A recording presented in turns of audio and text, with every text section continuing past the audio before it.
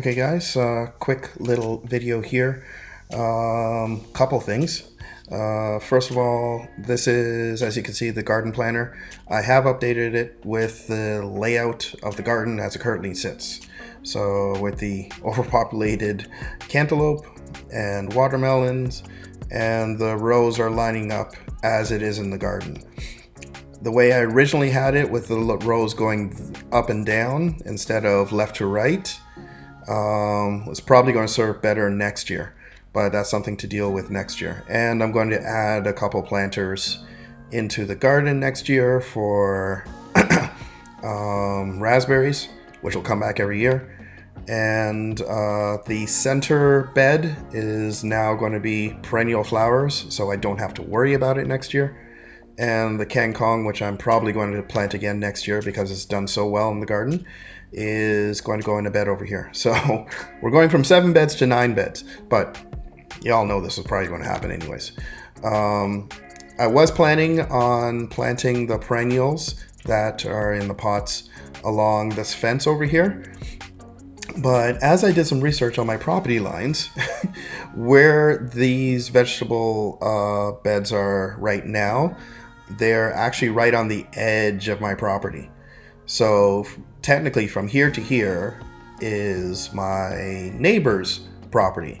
So I don't necessarily want to plant anything there, although I'm sure they would be fine with it. But, you know, when it comes down to it, I don't want anyone having to worry about taking care of plants that aren't exactly theirs.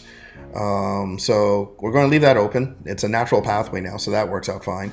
And the perennial issue of flowering plants being in the garden will be taken care of, because next year they're all going to be in the center.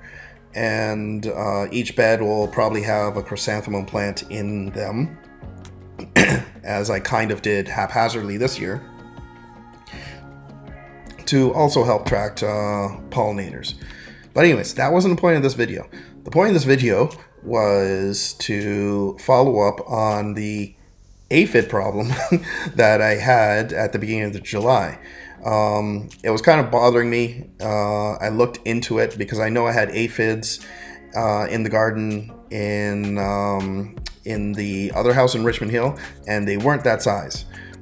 When I saw the bugs on the plant, I kind of freaked out, and I wasn't wearing my glasses. So I just assumed it was an aphid problem. But when I looked into it more, the leaf damage afterwards didn't line up with aphids, because the leaf damage looked similar to exactly like this. These little holes all over the place.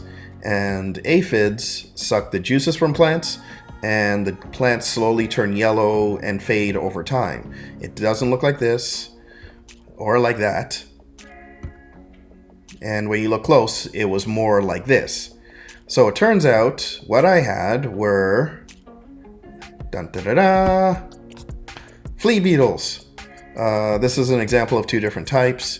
The one on the left is what I had, unless they were a very immature variety and they would turn into this. I'm not too sure. But it was definitely flea beetles that I had. Damage matches up correctly, and actually you can see a flea beetle on here. And after doing more research, the garden planner, or not the garden planner, but the Grow Veg site, actually has a whole article of flea beetle controls.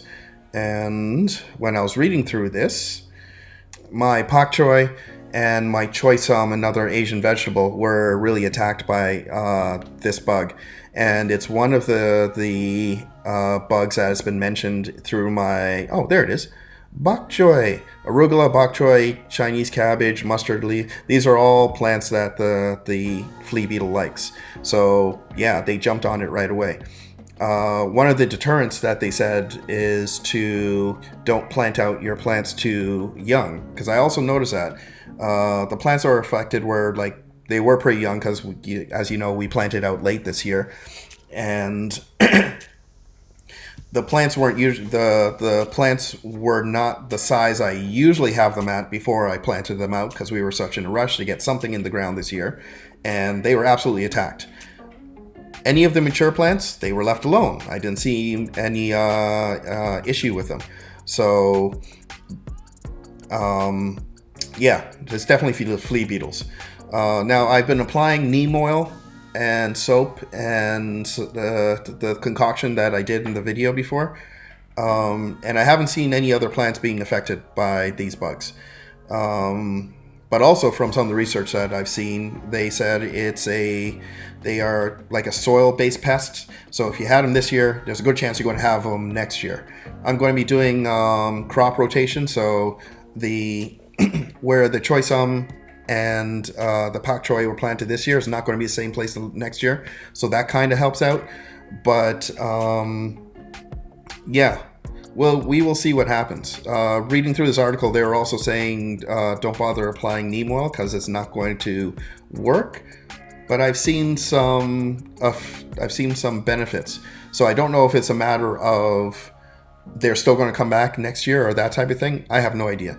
But at least I'm psyched up for it next year instead of just being inundated with a whole bunch of bugs and being totally devastated by what happened, because next year we're going to be planting out at the right time. The plants are going to be more mature because I'll be starting them inside earlier, and fingers crossed, hopefully they won't be affected.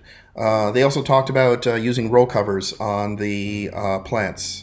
Those are like usually in the beds, those are like plastic hoops that you have over the beds, and then you cover them with a cloth that allows light to get in, but it doesn't allow certain pests to get through. It's like a thin, it feels kind of like wool, but it's like just a thin material that goes over the plants.